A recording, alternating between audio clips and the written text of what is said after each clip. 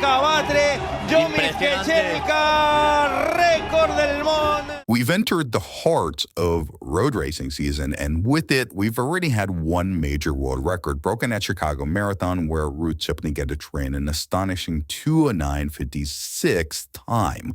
And the 2024 fall season on the roads gave us yet another world record, and this year it would happen on the streets of Valencia, or as they call it, Ciudad del Running, because over the past few years, both the Valencia Half and Full Marathons have risen to prominence as a place to chase fast times, and despite the streets looking a bit different than they normally do with the rain, it didn't stop an attempt at the world record from both the men's and women's races.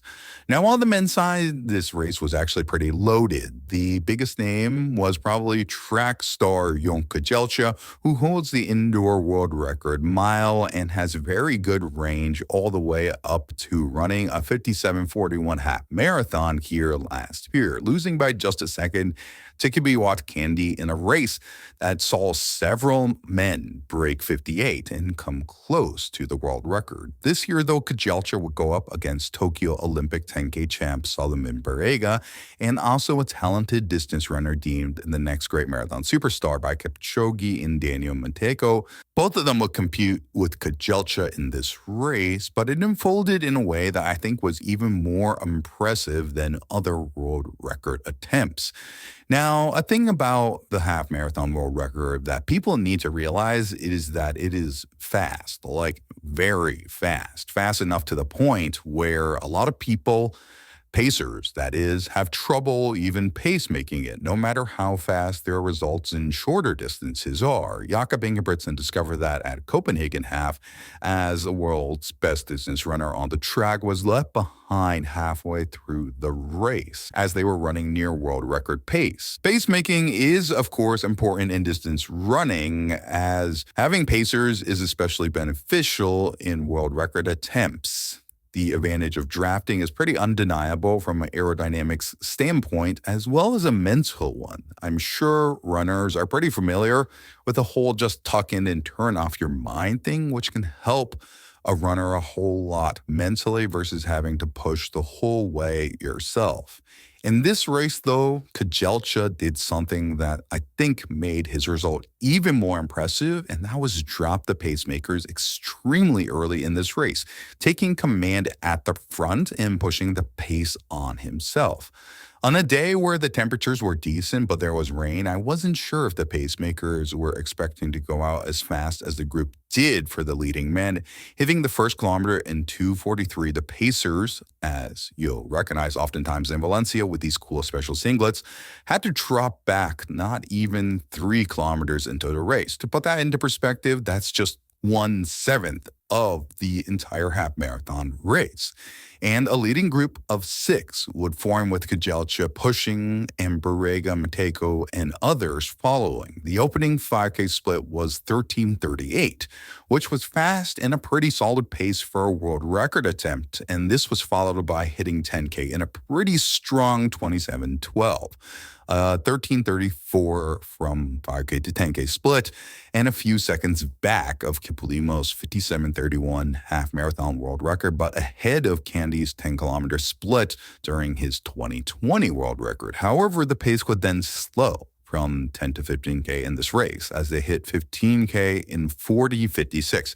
And although this is quick, it was quite a bit back of, say, Kiplimo's astonishing 40:27 15K split during his world record. However, Kejelcha wasn't going to be denied attempt at the world record, and this is where he truly did something astonishing. Needing a fast close on the rainy streets of Valencia to get close to the mid-57s, Kejelcha, pretty much by himself, unleashed an insane 13:24 5K split to reach 20K in 54:20, his fastest 5K of the race. It was astonishing, especially when you consider conditions weren't exactly ideal for a world record attempt, with the rain and how he had pretty much taken the lead in this race from 3K onwards. Astonishingly, with all that, Kejelcha was on pace for a world record at 20K, and in fact, He was a few seconds under the split. The last kilometer or so in this one would see Kejelcha grind it out as he pushed all the way to the line